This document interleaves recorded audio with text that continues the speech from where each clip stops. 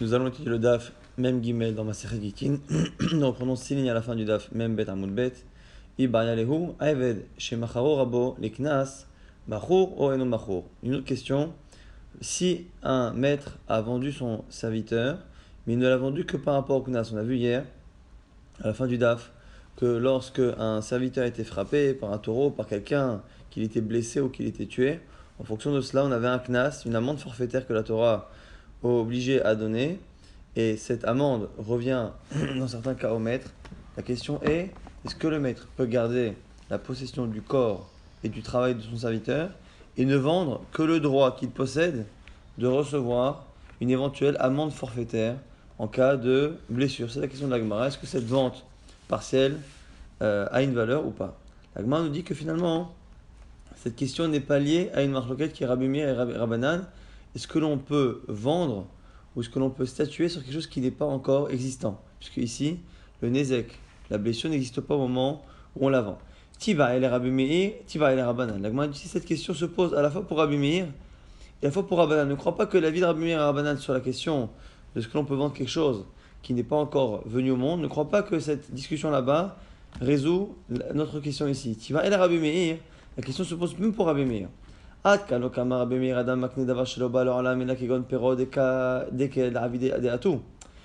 Rabbi Meir, qui en général dit que l'on peut vendre, on peut faire acquérir quelque chose qui n'existe pas encore. Je te vends le terrain, la maison que je vais construire sur ce terrain. Selon Rabbi Meir, cela fonctionne. Mais peut-être que ça fonctionne pour quelque chose qui va venir, comme par exemple les fruits d'un arbre. En général, c'est ça le cas de la Gemara, c'est un arbre qui va donner ses fruits, qui lui donne chaque année, et on vend la récolte avant même qu'elle arrive. Là, ça marche parce qu'en général, les fruits arrivent. Avalachame ici, miyemar de mingar, l'équivalent du fruit dans le cas du Eved, c'est l'éventuel dommage que le Eved va recevoir et qui va justement générer une compensation pour le maître. Et du coup, qui nous dit qu'il va être frappé? Miyemar de mingar, ve'im salama de mingar. Et même si le Eved est frappé, Imma dit Mishlam, qui nous dit que le type va payer? Dima Modé Mifta, peut-être qu'il va s'en sortir pour ne pas payer. Comment? Si la personne, avant même que deux témoins l'accusent d'avoir laissé son taureau encorner le serviteur, si lui-même vient au Bedin et vient avouer, il dit voilà, sachez que mon taureau a encorné et donc je dois payer la somme du Knas, l'amende forfaitaire. Nous on a un principe que Modé Biknas, Patour, et non Meshalem, celui qui avoue qu'il doit payer une amende forfaitaire, il ne la paye pas. Et du coup, le dit ici la Gemara, on ne peut pas comparer la question de Rabbi Meir, est-ce que finalement on peut faire acquérir quelque chose qui n'est pas encore là. Selon Rabbi Meir, on peut, mais là-bas peut-être qu'on parle que des fruits, quelque chose qui va forcément pousser de l'arbre, alors qu'ici on n'est même pas certain qu'il va y avoir un dommage, et même s'il y a un dommage, on n'est pas certain qu'il sera payé. Donc finalement la question se pose même pour Rabbi Meir. Et même pour Rabbanan, la question arrive. On aurait pu penser que Rabbanan là-bas, comme il pense qu'on ne peut pas faire acquérir quelque chose qui n'existe pas, on aurait dit ici, a fortiori. Pourquoi? Parce que non seulement la blessure n'existe pas encore, mais en plus de cela, on n'est même pas certain qu'elle va arriver. Donc si déjà, dans le cas des fruits de l'arbre, où les fruits n'existent pas encore, mais on sait qu'ils vont arriver, Rabbanan pense qu'on ne peut pas les vendre à l'avance, on aurait dit a fortiori dans le cas où c'est une blessure qui n'est même pas certaine d'arriver. Mais là non, la Gemara dit aussi une autre logique. Peut-être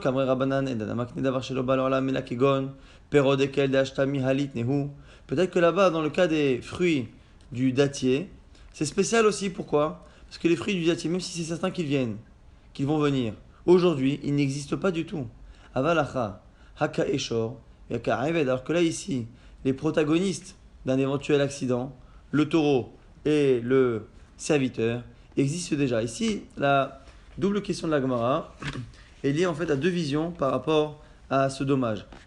On a la marloquette Rabbi Meir Rabbanan sur des fruits qui vont venir, mais l'arbre existe maintenant. Les fruits, c'est certain qu'ils vont venir, mais ils ne sont pas encore là. Et dans le cas du Nézek, dans le cas du taureau qui est encore un serviteur, qu'est-ce qu'on regarde? Est-ce qu'on regarde le dommage lui-même, la blessure? La blessure n'existe pas en elle-même. Est-ce qu'on regarde les acteurs? Les acteurs, le taureau et le serviteur, sont déjà présents. Et en fonction de ces deux visions, on peut finalement se rendre compte qu'à la fois selon Rabbi Meir, et à la fois selon Rabbanan, on a la question. Donc la Gemara nous explique que la question est très large et finalement concerne tous les avis. Maï, la Gemara repose la question maintenant. Maï, finalement, quelle est la solution à cette question? Est-ce que l'on peut vendre finalement le droit qu'un maître à toucher l'amende forfaitaire lorsque son serviteur a été blessé.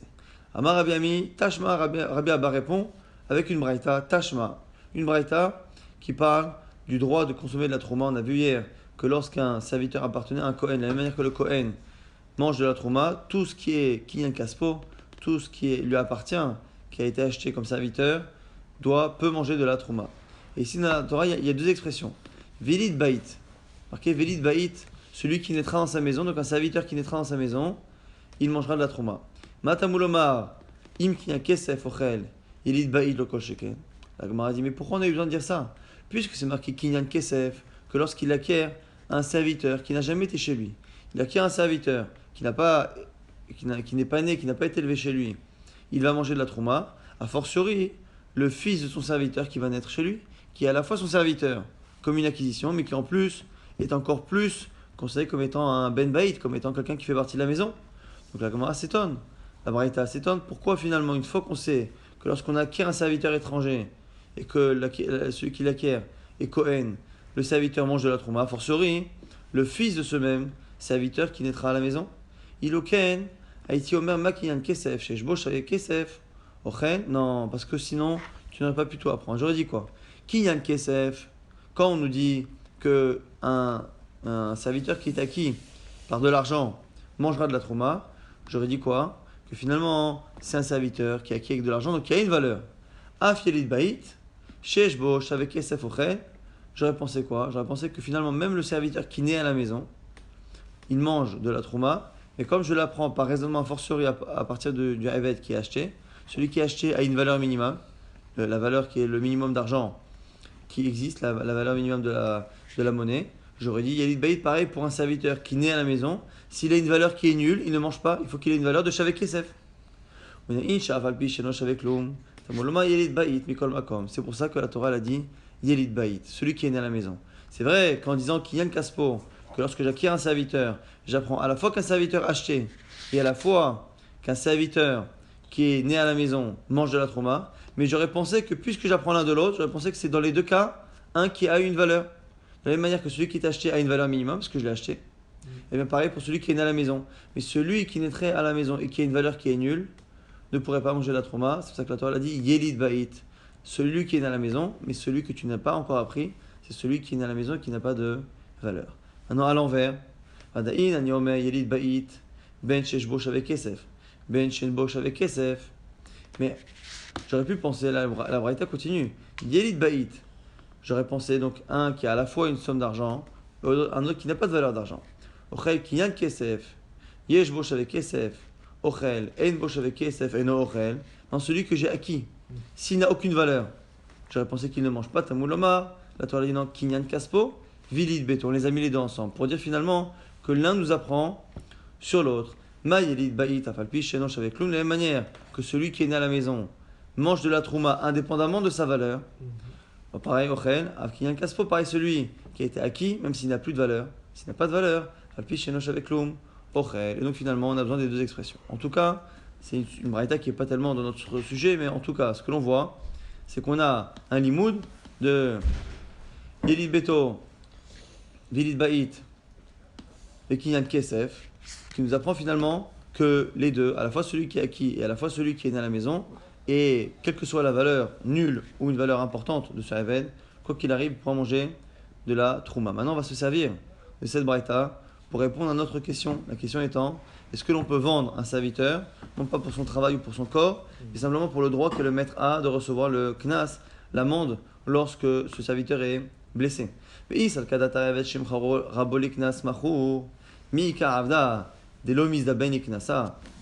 a parlé dans cette braïta, on a parlé d'un Eved qui a une valeur qui n'a pas de valeur. La Gemara dit si on peut vendre un Eved, que pour sa valeur finalement qui est liée à l'argent qu'il pourra me rapporter s'il est blessé.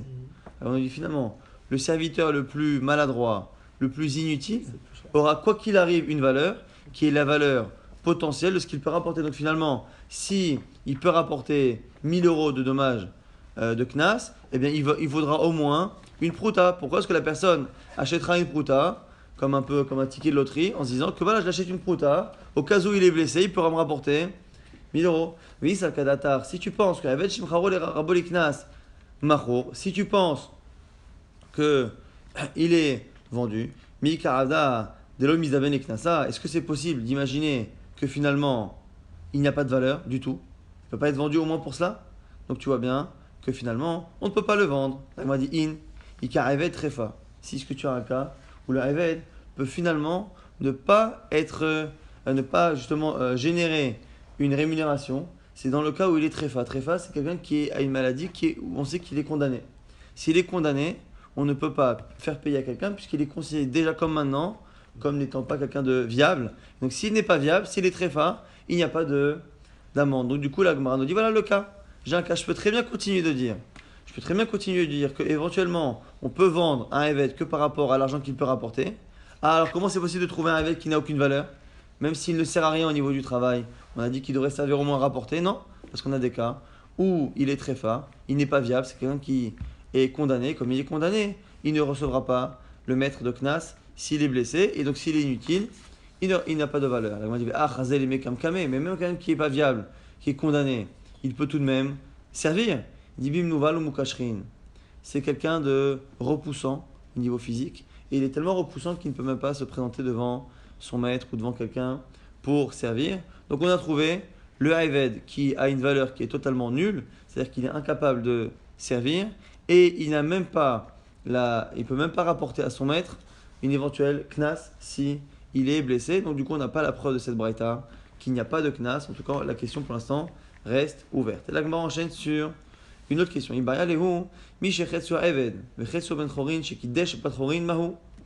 Un homme qui est à moitié esclave, à moitié libre. On avait vu, ça pouvait être dans le cas qui marchait selon tout le monde, c'est quelqu'un qui appartenait à deux personnes et un des deux maîtres l'a libéré. On a vu qu'après, on avait fait un knas que l'autre maître devait le libérer. Ou selon Rabbi, ça peut être le cas où on a un maître qui le possédait à 100% et qui a libéré une partie. En tout cas, ce moitié-moitié, il a fait des kiddushin. Il n'aurait pas dû, mais il l'a fait. Que fait-on de cette femme? Et l'Agma nous dit qu'on ne peut pas faire ressembler ça à des cas classiques qu'on va étudier dans quelques semaines dans Masechet Kiddushin. C'est quelqu'un qui épouse une femme avec sa propre moitié, c'est-à-dire qui dit c'est ma moitié qui t'épouse, ou lui-même à 100% qui épouse la moitié de la femme. Pas trop se demander pourquoi les personnes faisaient ce genre de Kiddushin, mais la question se pose dans l'Agmara, que fait-on une fois qu'on a fait ça? Si tu voulais me répondre en m'apportant cette preuve, Ben Israël, Shamar Levat Israël, Katchi Lechatzai, celui qui dit un juif, qui dit à une juive, marie-toi ma moitié, c'est ma moitié qui t'épouse. Mais écoute, déchette, même si tu dis que là-bas ça marche, ne crois pas que c'est pareil. En quoi ça peut être ressemblant chez nous? Parce qu'ici il est moitié libre, donc moitié juif, et moitié Even. Donc finalement, quelle est la partie de lui qui fait les kiddushin? C'est sa moitié qui est libre. Donc finalement, c'est un peu comme un homme totalement libre qui n'utilise que sa moitié pour faire des kiddushin. Si tu voulais me dire que ça ressemble à ça, et donc là-bas comme ça marche chez nous aussi, elle m'a dit non. Et Chazia est coulé. Là-bas c'est différent. Parce que dans le cas où le type est libre à 100% et il dit je veux que ma moitié t'épouse, que tu sois marié à ma moitié, c'est vrai qu'il n'utilise que sa moitié, mais l'autre moitié est apte. Elle est apte tout de même à des kiddushin. Ah, le Chazia est coulé. Alors que là, cette femme-là n'est pas apte à la totalité. Donc peut-être que c'est pas pareil. Mais Kim Selomar. Alors si tu veux me dire que non, on va le faire ressembler à un autre cas. Ben Israël avec Kadesh Chatzi Isha. Maintenant, c'est un homme qui épouse avec la totalité de lui-même, il épouse la moitié d'une femme. Chatzi Isha. Et là, mes coups d'échec. Là-bas, ça ne marche pas. On pourrait dire chez nous que c'est pareil. Pourquoi? Parce que là, ici, puisque lui, il est moitié libre et moitié esclave. Finalement, lorsqu'il épouse cette femme-là, puisque la seule partie qui peut faire des kiddushin, c'est sa partie libre, finalement, c'est comme s'il utilisait toute sa partie. Il ne dit pas la moitié de ma partie. Il dit je t'épouse, mais le je, simplement, c'est une moitié. Mais d'un autre côté, peut-être que ça a généré de l'autre côté chez la femme des kiddushin à moitié, puisque lui-même, c'est que sa moitié libre qui fait les kiddushin. Et donc là-bas, ça ne marche pas. On aurait dit peut-être chez nous pareil. Ah ben non, là-bas, c'est différent. Des Shia Bekinyano. Car là-bas, dans les kiddushin de la femme, dans l'acquisition qu'il y a des kiddushin, l'acquisition est incomplète. Et les kiddushin ne se font que lorsque l'acquisition est complète. Or ici, c'est lui qui est à moitié libre et à moitié esclave, mais elle, il épouse à moitié, il ne laisse pas une partie du kinyan qui n'est pas fait. Le Shia Bekinyano. Et donc du coup, l'Agmara nous dit finalement que la question, est-ce que celui qui est moitié-moitié, moitié libre, moitié esclave, est-ce que ces kiddushin ont un effet ou pas, est indépendante de la question de lorsque quelqu'un épouse avec sa moitié, ou qu'il épouse la moitié d'une femme, la Gemara repose la question, Maï. Quelle est finalement la halakha dans ce cas-là? Et encore une fois, une braïta, Tashma, viens apprendre avec une braïta. Hemit, Mishechetio Eved, Vechetio Ben Chorin, lorsqu'un taureau a tué quelqu'un qui est moitié esclave et moitié libre. C'est une braïta qu'on avait vue ces derniers jours. Noten Chatzi Knas, les rabots, Vechatzi Kofer le Yorshav.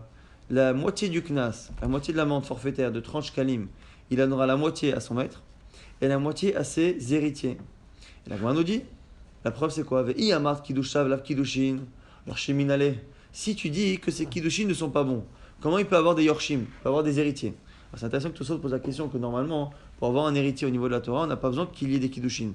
Même quelqu'un qui a une relation hors mariage, son enfant, même un mamzer, il peut il peut demander justement son héritage. Donc ici, la différence nous dit Tosfot, c'est que quelqu'un qui peut faire des kiddushin, qui est juif, qui peut faire des kiddushin, même si la relation est interdite, même qui fait un mamzer, l'enfant est shayach à son père. Le problème du Eved, celui qui est esclave, c'est que s'il ne peut pas faire de kiddushin, il est complètement comme un esclave, et à ce moment-là, il n'y a pas d'Ichous, il n'y a pas de filiation. C'est la capacité théorique à faire des kiddushin qui crée une filiation, même chez des enfants qui ne viennent pas après des kiddushin. Donc c'est pour ça qu'on peut comprendre pourquoi, lorsqu'on a affaire à des juifs normaux, on ne se demande pas s'il y a des kiddushin ou pas pour savoir s'il y a héritage.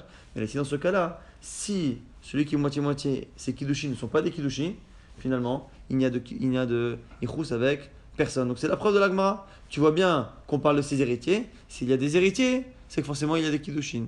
Et donc la question serait résolue. Celui qui est moitié-moitié, ces kiddushin sont bons. Amaravada bar Ahava, réponse. Ravada bar Ahava qui repousse la preuve. Kesha Sao, Trefa. Il faut imaginer que lorsqu'on dit que c'est un taureau qui a tué un Eved, il ne l'a pas tué au sens propre, mais il l'a blessé mortellement de telle sorte à ce qu'il ne survivra pas à terme. Umay Yorshav. Alors pourquoi c'est marqué ses héritiers? Si on marque ses héritiers, c'est qu'il est mort. La Gemara dit, c'est qui ses héritiers? Nafshé, c'est lui-même. Il est lui-même héritier de lui-même. Il est blessé à mort et du coup il va toucher l'amende que ses héritiers auraient touché si il était mort, et finalement c'est lui qui la touche. Rava objecte. Amarava, shtichuvot badava. Moi j'ai deux objections à ton objection. Toi tu as repoussé la preuve, et moi je suis pas d'accord avec ça. Pourquoi? Rada de Yorshav Katane. Premièrement, c'est marqué ses héritiers. Tu peux pas dire que les héritiers d'une personne, c'est lui-même. C'est quelque chose qui est difficile à imaginer. Et en plus, Ve'od, Koferu, et en plus on appelle ça ce Knas, c'est Kofer. Et ce Kofer, c'est la valeur. C'est pas 30 shkalim, j'ai dit, je crois tout à l'heure, c'est pas 30 shkalim, c'est le kofer. C'est la valeur de la personne que la Torah donne. Cette valeur-là, Amar et Shakish, kofer et mishtalem et la lacharmita. Autant les sanctions, le knas, peut être donné avant, mais le kofer, la valeur de la personne, n'est pas donnée en fonction de la blessure ou en fonction de la blessure mortelle, mais en fonction de la mort effective de la personne. Et donc, du coup, on ne peut pas imaginer cela. En tout cas, Rava a objecté de deux manières. Et ce qui est intéressant, c'est que Rava a objecté en fonction du sens premier du texte. Il a trouvé que l'objection de Ravada bar Ahava n'allait pas dans le sens du texte et lui-même prend une certaine liberté avec le texte. Et là, Rava il dit, je suis pas d'accord avec tes objections, mais moi je vais en donner une autre. Une autre objection par rapport à cette braïta qui finalement nous empêche d'avoir une preuve. C'est quoi? C'est Raoui litol ve'eno. Lorsqu'on dit qu'il touche, ses héritiers touchent, on parle de quelqu'un réellement qui est mort. Donc il a été touché à mort par le taureau et donc il est mort. Et lorsqu'on dit que ses héritiers vont toucher, comme nous on pense éventuellement qu'il peut ne pas y avoir de kiddushin, il est possible de lire que lorsqu'on dit que ses héritiers vont toucher, c'est pas qu'ils vont toucher, c'est que ils auraient pu toucher si cet homme-là avait eu des kiddushin. Donc du coup, là aussi, c'est une grande liberté par rapport au texte. Quoi qu'il arrive, l'idée, c'est qu'on avait une question. Est-ce que finalement les kiddushin de celui qui est moitié-moitié ont un effet? On voulait déduire de cette braïta, on voit que les héritiers du serviteur moitié-moitié touchent de l'argent. S'ils touchent de l'argent, s'il y a des héritiers, c'est qu'il y a des kiddushin. On voit que ce soit comme a dit Rava ou comme a dit Rava, finalement on a plusieurs lectures assez difficiles de cette braïta, mais qui nous enlèvent une preuve claire que finalement il y a des kiddushin. Donc la question reste entière, même si cette braïta avait l'air de pencher là-dessus, finalement on n'a pas de preuve totale. Amar Rava, sur une autre halakha ressemblante, c'est plus maintenant l'homme qui est moitié libre et moitié esclave, c'est la femme qui reçoit les kiddushin, qui est moitié servante et moitié libre. Amar Rava, de la même manière qu'un homme qui épouse une moitié de femme, elle n'est pas mariée. De la même manière, lorsqu'un homme épouse une femme qui est moitié libre et moitié esclave, comme la moitié esclave, il ne peut pas l'épouser, à ce moment-là, on considère que ça ressemble au cas où il épouse une moitié de femme, même lorsque la femme est totalement libre, et donc ça ne marche pas. On verra ici que c'est une marloquette dans les Amoraïm, Darash, Rabba bar Ravuna. Si c'est Rabba bar Ravuna qui dit pareil, que Shem Shem Kadesh Ratzi Shaina Mekudeshet, de la même manière qu'un homme qui épouse la moitié d'une femme, elle n'est pas Mekudeshet, Kachaseh Cheshifra, Vechessia Batrorin, Shed Katsha Ena Mekudeshet, pareil pour celle qui est moitié libre et moitié esclave, elle n'est pas mariée lorsqu'on l'épouse. Malher Afrizar objecte, il dit Miname, mais quelle ressemblance entre les deux? Est-ce que ça ressemble? Atam, Shia Bekinyano, Achal, Shia Bekinyano, la même objection qu'on a vue tout à l'heure. C'est que là-bas, lorsqu'une femme était totalement libre et qu'on l'épouse à moitié, le problème est que finalement, on a la possibilité d'épouser toute la femme et qu'on fait une acquisition qui est partielle. L'acquisition étant partielle, dans les Kiddushin, une acquisition partielle n'est pas une acquisition. Or, ici, puisque la femme est à moitié libre et à moitié esclave, lorsqu'il l'épouse, il l'épouse totalement. Simplement, la partie totale qui est libre, c'est une moitié, c'est tout. Et donc, du coup, il n'y a pas ce chisaron-là, il n'y a pas ce défaut-là de faire une acquisition qui, dès le départ, est manquante au niveau de la kavana. Donc là, Rav Chizda nous dit que ce n'est pas forcément ressemblant. Adaokim Rabba Baravuna Amora Ale. Finalement, Rabba Baravuna, qui avait dit que ça ne marchait pas, moitié libérée et moitié servante, parce qu'il pensait que c'était comme une femme qui était Mekudeshet à moitié. Finalement, il est revenu, il a trouvé un Amora, donc c'était celui qui traduisait ses drachot en public, et il a dit, il a fait une dracha. Et avant de corriger ce qu'il a dit, il a cité un passage de Sharia, qui dit, va marcher la zot, tahat yadecha. Là-bas, on parle de la Torah on la compare à une simla, à une robe, et après on dit, va marcher là, la Torah on l'appelle marcher là, azot, cette marcher là, tahat yadecha, elle est sous ta main, tu la domines. Et c'est quoi marcher là? C'est milachon mirchol. Mirchol, c'est un piège, c'est une embûche. Et ici, on voit que la Torah a appelé que le nar plutôt a appelé la Torah marcher là, une embûche. Pourquoi? Et après, on dit qu'elle est tachat yadecha, elle est sous ta main. Pour nous dire quoi? En Adam Omed a dit Torah, il a imken yirshal bahen. Un homme ne maîtrise réellement ses paroles de Torah que lorsqu'il y a trébuché, c'est-à-dire qu'il s'est trompé sur une halakha. Lorsqu'on s'est trompé dans une halakha et qu'on s'est rendu compte de son erreur, c'est là qu'on domine réellement cette halakha, puisqu'on a vu finalement les deux côtés. On est vraiment allé dans l'autre côté, dans l'autre avis. On l'a compris jusqu'au bout parce qu'on l'a pensé, on l'a même enseigné. Et c'est une fois qu'on a compris bien ce point de vue-là et que finalement on a après tenu l'autre avis, c'est là qu'on a vraiment une maîtrise totale de la question. Et c'est à ce moment-là que ce Dvar Torah, il est tachat yadecha, marché là. La halakha qui t'a fait chuter, qui t'a servi d'embûche, une fois qu'elle t'a servi d'embûche et que tu t'en es sorti, elle est tachat yadecha, elle est sous ta main, tu la domines. Et du coup, il reprend cette fameuse halakha grâce à l'objection de Rav Chizda. Il dit non, finalement, je me suis trompé. Même si celui qui épouse une moitié de femme, ça ne marche pas. Mais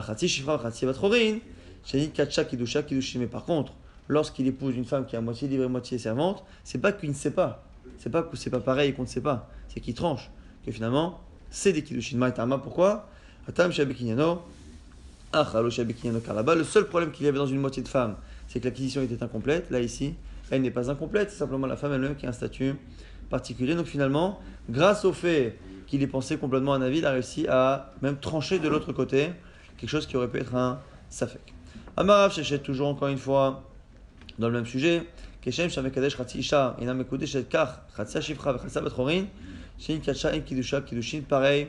La même logique que Rava, la même logique qu'avait Rabba Baravuna avant de changer d'avis. De la même manière qu'une moitié de femme n'est pas mariable, une femme qui est à moitié libre n'est pas mariable. Ve'im lechoshcha adam lomar, ezo ishifra harufa. Et si tu voulais objecter à cela et dire que non, une femme qui est à moitié libre est mariable. Pourquoi? Parce que c'est marqué dans la Torah. Ishifra neherefet leish. On parle d'une shifra, d'une servante qui est neherefet leish, qui est plus ou moins liée à un homme. Cette servante qui est liée à un homme va avoir une relation avec un autre homme. Est-ce que les deux protagonistes sont passibles de la peine de mort ou pas? C'est la question. Et c'est quoi neherefet leish? La vie qui est souvent retenue. Zo sheches sa shifra. C'est une femme qui est moitié libre, moitié esclave, et qui a été finalement mariée à un esclave juif. Et donc, on voit bien qu'on l'appelle Necheref et Leish. Donc on voit qu'elle a été mariée par l'esclave juif. Alma bat itrousehi. On voit bien qu'elle est mariable, puisqu'on dit qu'elle a été Meurasa. Si c'est ça ton objection, et Morlo, non, je vais t'objecter. C'est quoi? Kelach Etzel Rabbi Ishmael. Va voir Rabbi Ishmael. Parce que Rabbi Ishmael, sur cette paracha-là, il dit que la Shifra Necheref et les Ish, c'est pas une femme qui est moitié-moitié. C'est une femme qui est esclave à 100% et qui est mariée non pas un esclave juif, mais un esclave non juif. Il dit quoi chez Omer? Mais Shifra Kenani Tamerosa, la Abed Ivri. Il parle d'une esclave non juif, Mechila qui est mariée avec un esclave juif. Shifra Kenani de Batiet Trosehi. Et là-bas, on peut imaginer qu'il y a des kiddushin. Pas possible. Et donc, puisque selon Rabbi Ishmael, on est obligé de dire là-bas que Necheref et les Ish, et qu'on dit là-bas qu'elle est Meoreset, qu'elle est mariée, on est obligé de dire là-bas que mariée, c'est l'Avdavka. C'est pas au sens halachique du terme. Donc, puisque selon Rabbi Ishmael, on peut prendre la liberté de dire que là-bas, Meoreset, c'est pas marié, c'est juste réservé. Pareil chez nous, dans celle qui est moitié-moitié. C'est l'autre vision que l'on a de cette paracha, c'est de dire qu'elle est moitié esclave et moitié libre. On peut aussi imaginer qu'on prenne cette liberté et de dire qu'elle n'est finalement que engagée, que réservée. Je crois qu'il y a un nid de Troussehi. Et là, Maïtach le même, comment tu expliques?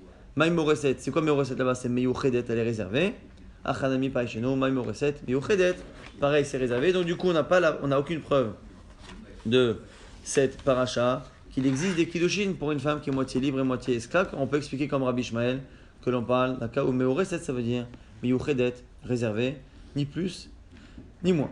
Amar Afrizda nous dit Chassia Shifra Chassia Batrorin, celle qui est moitié esclave et moitié libre.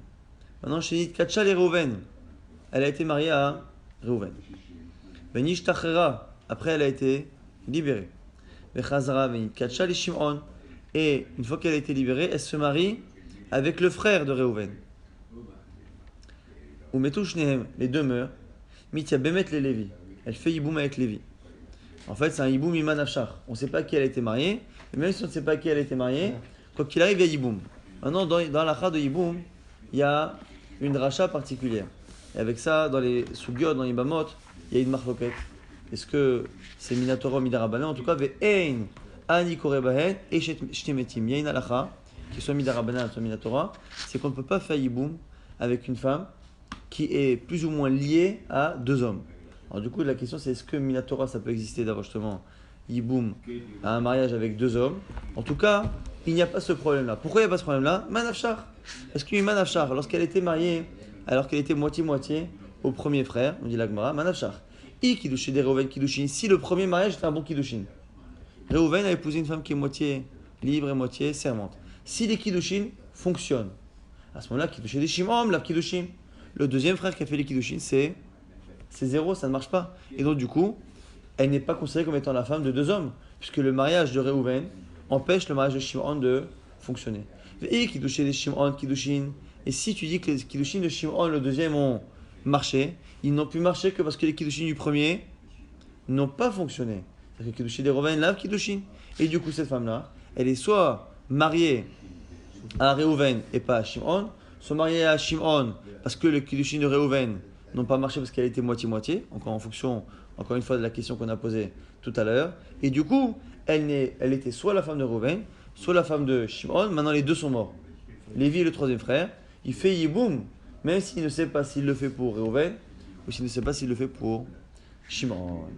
Maintenant, toujours par rapport à cela, Itmar, on nous dit Chatsia Shifra v'Chatsia Batrorin, Shenit Katcha les Reuven. Une femme qui était donc moitié libre et moitié esclave, qui s'est mariée avec Reuven. On ne sait pas encore une fois le statut de son mariage. Venish Tahera v'Chazra Venit Katcha les Shimon. Elle a été libérée et elle s'est mariée avec Shimon. Le même cas que précédemment, simplement après il n'y a pas la mort des deux frères, il n'y a pas de Yiboum.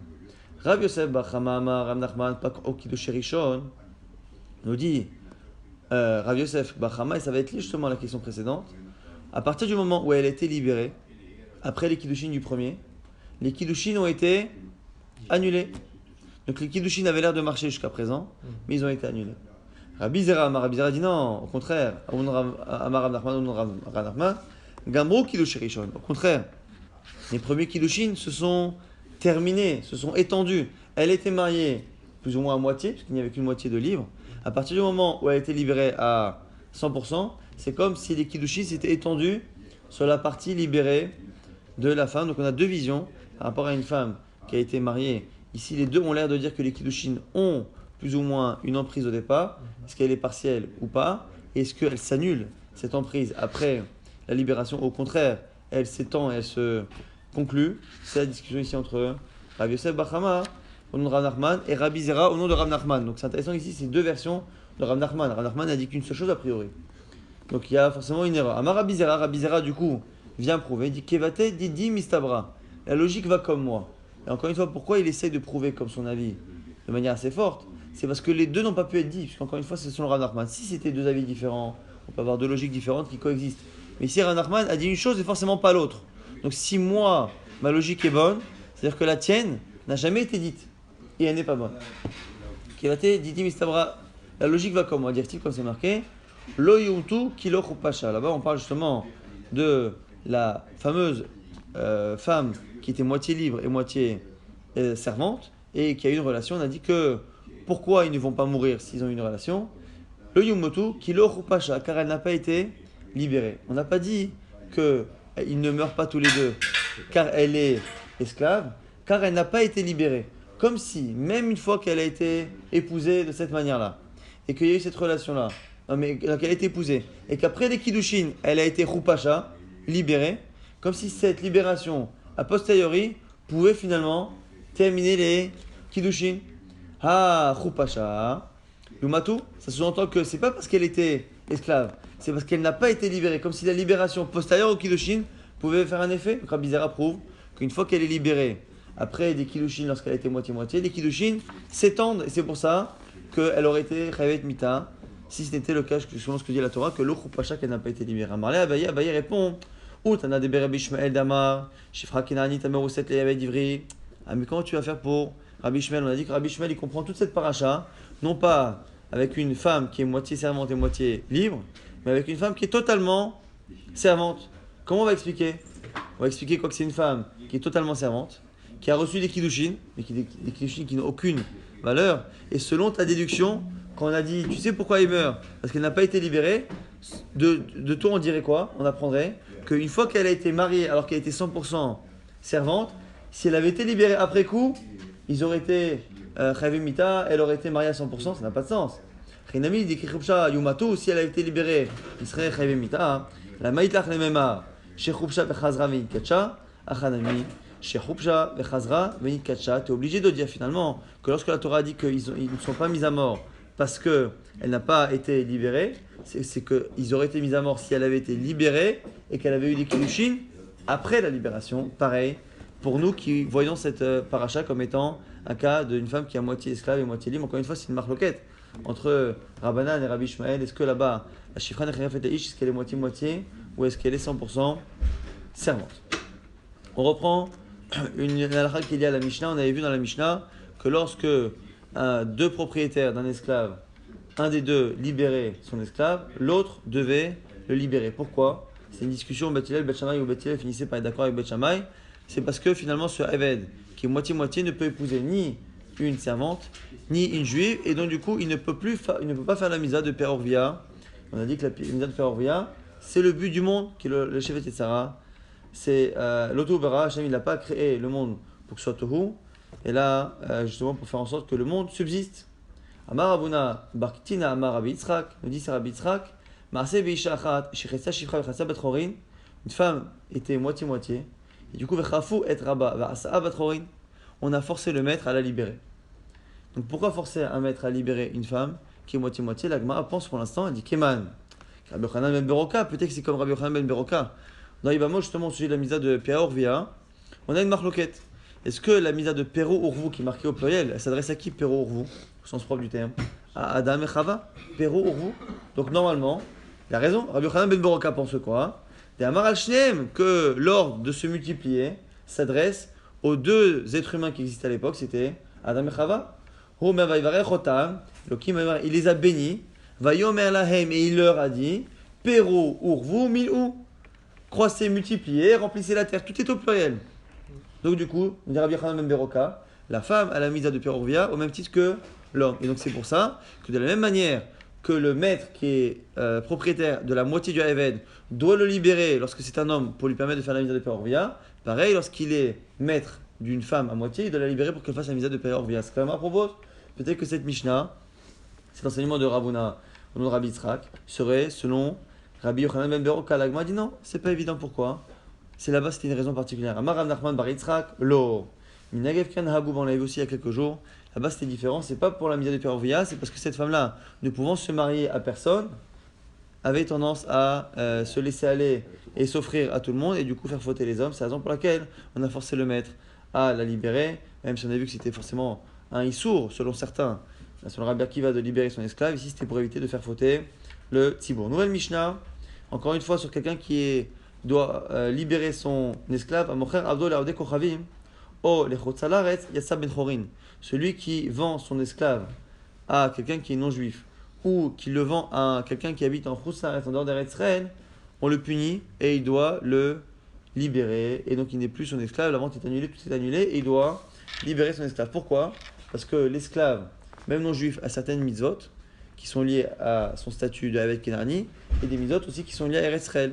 Et si on le vend à un non-juif, le non-juif ne le laissera pas faire ses mitzvot. Et si on l'envoie en Khoutsaret, il sera contraint de ne plus faire certaines mitzvot qui sont liées à la taille d'Eretz Israël. Donc c'est la raison pour laquelle Khamim lui ont enlevé la propriété de son Haved. Tanoura Banan, une braïta, Mocher Abdo Lavde Kochavim, Yatsa Lecherut, Vetsarir Get Shichur. Celui qui a libéré, qui a vendu son esclave à un non-juif, on a dit qu'on le punit et il est libre. Mais encore une fois, les Chachamim n'ont de pouvoir que sur la propriété d'un Haved. La propriété, c'est comme une propriété financière, on a dit Efker Bedin Efker. Simplement, on a dit dans le Haved, il y a deux choses. Il y a la propriété financière du corps et du travail que le maître a sur l'esclave, et il y a la propriété au niveau du statut halachique par rapport au mariage. Et ça, il faut un get shichur. Or ça, les sages ne peuvent pas donner un get shichur à la place du maître, un peu comme les sages ne peuvent pas donner un get à une femme. Ici, la partie halachique qui est liée au maître ne peut pas être réglée par les sages. Donc, on le force à le libérer, il ne lui appartient plus, mais il doit écrire un get shichur. Mais Rabbi Rishon de son maître. Amar Rabbi Shimon ben Gamiel, Midvarim Amorim, Shelo Katav Alav Ono. Nous dit Rashbag, attention, quand est-ce qu'il doit écrire un get? C'est lorsqu'il n'y a pas écrit Ono. Ono, c'est un document lors de la vente qui justement remplace cela. Aval Katav Alav Ono, Zeo Shiho. Mais s'il a écrit ce document-là qui est Ono, ça fonctionne. Maï Ono nous dit la Gemara, Amarav Shechet, de Katav Lehachi, il écrit que Shetivrach Mimenu, En Yaisek Becha. C'est lorsqu'il a vendu à l'esclave non juif, si il n'écrit rien, si l'esclave s'enfuit de chez le maître non juif et revient chez le juif peut le garder, il peut continuer à le faire travailler.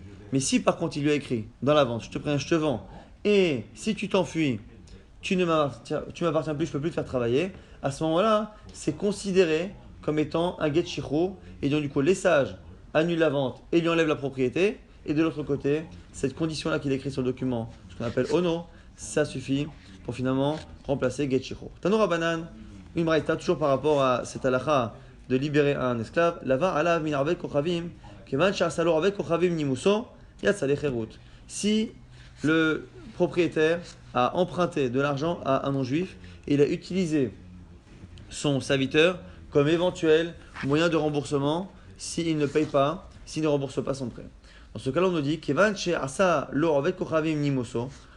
Puisque l'Orvek Kochavim, dès que l'Orvek Kochavim il a fait Nimoso, on verra justement que c'est quelque chose qui montre la propriété que le non-juif a dessus, Yatsa Lecherut, il est libéré. La Gemara essaie de comprendre, Ma Nimoso, c'est quoi Nimoso? Ravuna Bar Yehuda, Nashki. Nashki, donc ici nous dit Ravuna Bar Yehuda, Nimoso, c'est le siman, c'est le signe qu'on mettait sur un Eved au niveau de son cou pour justement montrer qu'il était esclave d'une personne. Dès que le non-juif a mis cet objet sur le corps du Eved, à ce moment-là, il est libéré. La Gemara objecte et dit Métiv Rav Shechet. C'est pas possible. Pourquoi? Parce qu'on voit que ce terme-là est utilisé par rapport au terrain, par rapport à un terrain. On ne peut pas imaginer que cet objet qu'on met sur la tête du Eved pour montrer qu'il est esclave peut être utilisé sur un terrain. Regardez, c'est une braïta qui dit quoi? Harisin, Harirot, Harise bat Avot, Orvek Kochavim, Shemishken Sado le Israël. C'est des cas où les juifs ont un rapport de soumission par rapport à un non-juif, par rapport à un terrain. Donc Haris, c'est le vassal, celui qui travaille sur un terrain et qui donne une part au seigneur qui est propriétaire. Harirot, c'est une sorte de location, donc on paye une somme fixe. Harisé Bata Avot, c'est celui qui est Haris de père en fils. C'est le même cas que le premier, mais c'est par héritage, on va dire, avec Kochavim chez Mishken Tsadou les Israël, ou avec Kochavim qui a laissé un terrain en Mashkon à Israël, Afalpi chez Asalo Nimoso, Ptura Minamasa. Même si on a fait le Nimos, on n'est pas tour Minama Aser. Ce qui est intéressant en tout cas, on voit ici que on voit le mot Nimos par rapport à un terrain, donc ça ne peut pas être ce qu'on a dit. Vesakadatar Nashki, si tu dis que Nimos c'est Nashki, ça débarre Nashki, est-ce que tu peux dire ça sur un champ? Et là, Marachel Rachel corrige, dit Zman. C'est le Zman, c'est le fait de donner un temps. Donc finalement, on devrait corriger et dire que dans la Braïta, qui a dit que dès que le Rav Kochavim, il a mis ce qu'on appelle son Nimos, cette règle-là, cette chose-là, à ce moment-là, il est propriétaire. C'est-à-dire que dès qu'on a donné une date, il dit bah, si je ne te rembourse pas à telle date, mon serviteur t'appartient. À ce moment-là, le serviteur est libéré et appartient au non-juif. Là, on m'a dit caché Azman, Azman, mais c'est pas possible. Pour c'est que la deuxième Braïta, qui parle de Nimos là-bas sur le terrain, dit exactement l'opposé, même à Falpicha Salonimos, même s'il y a le Nimos qui a été fait, Pturamina Maaser, c'est pas considéré comme étant appartenant aux juifs, donc il n'y a pas de Maaser. Donc on m'a dit Lokashia, Ha de Matazmine, Ha de Lomatazimne. Quand on dit le Zman, le temps, c'est pas qu'on a simplement prévu une date butoir, c'est que la date est arrivée. Dans le cas là-bas du Eved, on a estimé une date, à partir de telle date, si je te rembourse pas, ça t'appartient, et pareil pour le terrain.